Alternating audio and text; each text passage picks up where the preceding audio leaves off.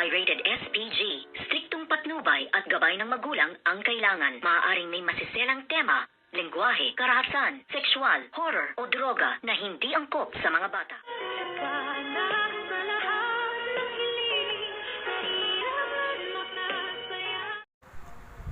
Good afternoon and welcome sa aking munting channel. Magkasabwat pala itong si Doc Carlos at ang demonyitang si Moira sa pagkidnap nga dito kay Doktora Annalyn Santos, at dito naman ay inutusan nga nitong si Moira itong si Gilbert upang hingan nga ng ransom itong si Doc RJ na nagkakahalaga ng 10 milyong piso para ito nga ay paghatian ni Gilbert at nito nga ang demonyitang si Moira. At dito nga ay lumalabas naman na walang utang na loob ito nga si Gilbert sa pagtulong ni Doktora Annalyn Santos sa kanyang kapatid nung sila ay maaksidente at mabunggo ng isa sa mga nais ngang tumira dito nga kay Gilbert. Sana Gilbert, naisip mo na lang yung ginawang kabutihan sa'yo at sa kapatid mo ni Doktora Annalyn Santos, at sana ay hindi ka pumayag na makidnap nga itong si Doktora Annalyn Santos. At dito naman ang mga plano nga ni Doc Carlos ay medyo sumang-ayon nga sa kanyang kasamaan,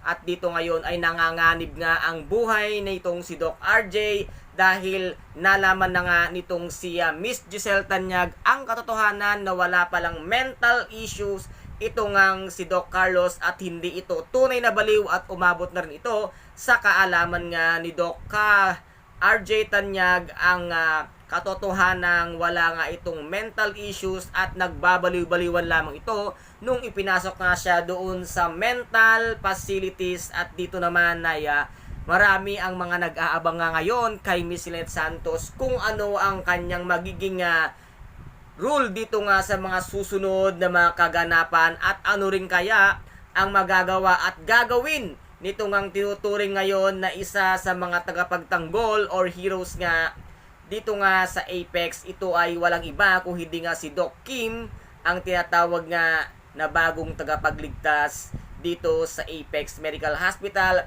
At sana nga rin ay malaman na ni Doc Kim ang lahat-lahat nga ng mga sikreto ni Moira para siya na mismo ang magbunyag sa katotohanan din sa pagkatao nga ng bruhang si Zoe. Kaya guys, ito po ang ating pakaabangan maya-maya dito nga sa Abot Kamay na pangarap na kung saan ay napaka-intense at kapanapanabik ng bawat eksena. At kung nagustuhan po ninyo ang aking videos for today, paki-subscribe na lamang po ng aking channel, paki-like and share para maging update kayo sa lahat ng gagawin kong videos. Maraming salamat po, Doc Annalyn. Wait ka lang dyan, parating na ang iyong hero na si Doc Kim yang ililigtas kanya. Kaya guys, maraming salamat po. Ingat, God bless, and bye-bye!